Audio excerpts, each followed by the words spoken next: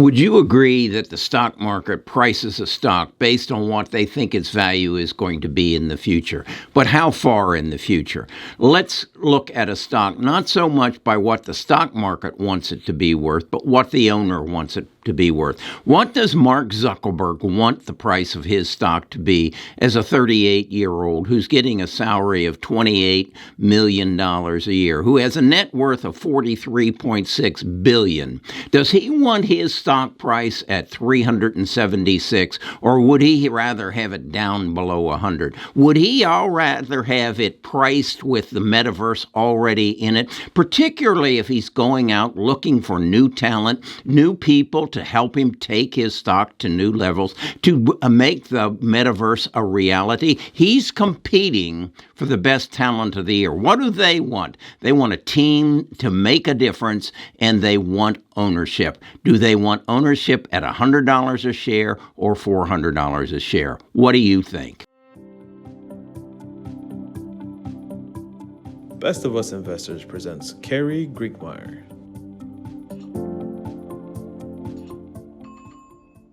Okay, let's put ourselves in Mark Zuckerberg's seat. Again, he's young, he's rich, he has no need for money, and the stock market got out of hand and priced the metaverse into his stock as a result of the $9 trillion of new funny money who came into the market. His stock price went up to $376. He started building out his team, spending a lot of money, and then the bottom fell. This is not the first time that's happened, and we'll look at that on a chart.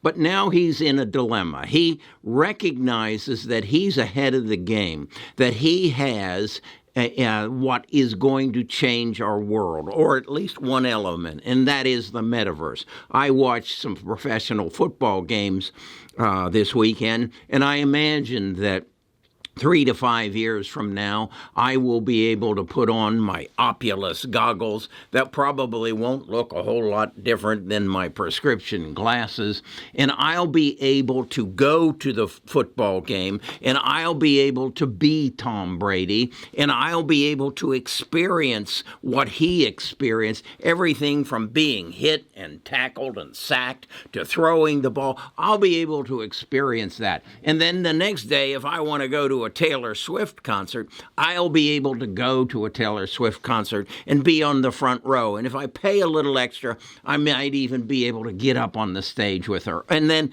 go in after the concert and meet with her and a few of her close friends in her dressing room. That's what the future holds. But here's Mark's dilemma. He needs the talent to get that, to make that happen. Let's assume that I am that talent. I'm a graduate of MIT. I'm at the top of my class. I know more about artificial intelligence and machine learning and computer architecture and the whole thing. I'm the top of the class. What is it I want? Well, if I don't want a place in my girlfriend's mother's garage and my two buddies to help me build the next Google or Apple or Amazon, I want a team. I want to work for a team or with a team that can change the world. That's what I want. And then I want $100 or $100,000 a year salary, but I want a pay package of $2 million, and I want that in stock options. I want to live in a dormitory with my team, and so that we're there together for 24 hours. I want a bonus at the end of every year for $1 million of stock options at a strike price of whatever it was selling for at the first of the year. That's what I want, and I am going to dedicate my life for 3 years of doing that. So if that's what I want, what do I want that stock price at until the end of the 3 years? I want it as low as it can be. And that's the dilemma that Mark was in. His price was up to $376, which was pricing in the future of the metaverse before anybody really had any understanding of the metaverse. So it's worked to his favor and his future employees and current employees' favor to get that price of stock down as low as it can. So he was given a gift in this last quarter when he revealed that he had overspent, that he had built too big of a machine at too big of a cost, and his price of his stock came down, I believe it's some 65%. Now he is approaching February, where he will once again announce his earnings. And I believe, from my thumb on the advertising market, he's going to have a bad quarter. Is this good for Mark? Yes, it is. The best thing that can happen to Mark Zuckerberg and Facebook is if that stock price finds a new low. Then he can come to me, the genius from MIT, and say, look, Kerry, you now get a strike price of $75 on your signing bonus. You know, that $1 million or $2 million signing bonus that I was able to negotiate, because I know that if I can get with my team and we can work for Mark and Facebook, or called Meta Platforms, over the next 3 years, we can drive that price of that stock right past $376 a share, up to $500 a share. Now my stock options make me a multimillionaire. That's what Mark is dealing with. We do not need to be worried about what is the price of the stock today.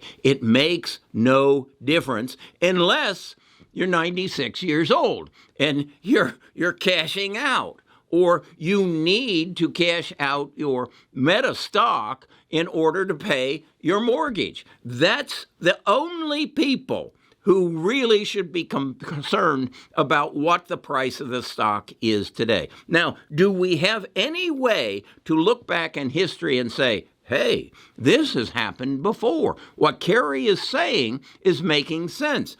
Anytime there's been an over-exuberance, a attitude of, wow, this is what's the hold in the future, and let's just drive the price of that stock up and capitalize on it. Yeah, it happened in 2000. Look at the chart. I've put this up I don't know how many times, and I've sent it to you I don't know how many times. Look at the price of Apple and Microsoft and Amazon and NVIDIA as they came through the digital revolution. In 2000, Apple's price dropped 71%.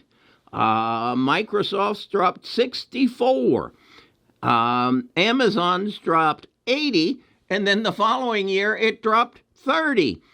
NVIDIA's stock dropped 83%. So this has happened before, that the market saw what was coming, and over-exuberance took the price into unrealistic values. So now, as you can see, then the stock retreated and the reality set in, and in fact, the digital revolution did occur, and up went the prices. We had the same thing happen then again in 2008. Now, it was given credit that it was the subprime crisis, and that's true. Over-exuberance about the easy way to make money in rental property and bad lending practices that created a crash. But right after that came e-commerce and the birth of social media, and these same stocks grew, one of them being Meta, which was then called Facebook. So my point is,